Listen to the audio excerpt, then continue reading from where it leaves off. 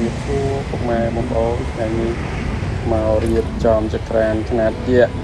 ចេញទៅ2ឈុតបាទគឺនេះ1គីឡូຂະຫນាត30ជាងបាទកម្ពស់វា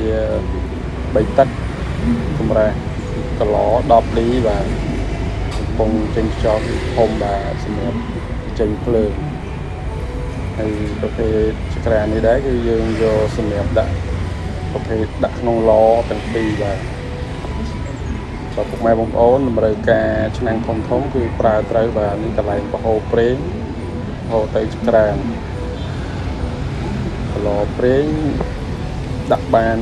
6លីត្រហើយប្រភេទគីឡូប្រេងនេះយើងអាចដកចេញដកចូលបានស្រួលបាទដកចេញដកចូលស្រួលរៀបចំបាទពុកម៉ែបងប្អូនមានតម្រូវការចង់បានប្រភេទចក្រានប្រេងយើងមានលក់ຂະຫນាត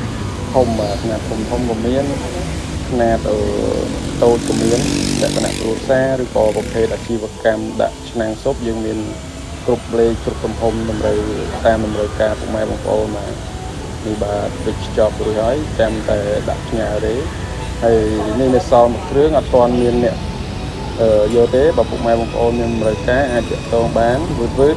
ហើយប្រភេទទូចនេះលក្ខណៈគ្រួសារមានទីកក់ហើយបាទទីកក់យកហើយបាទនៅតម្លើងបន្តិចហើយបាទអរគុណច្រើនម៉ួយ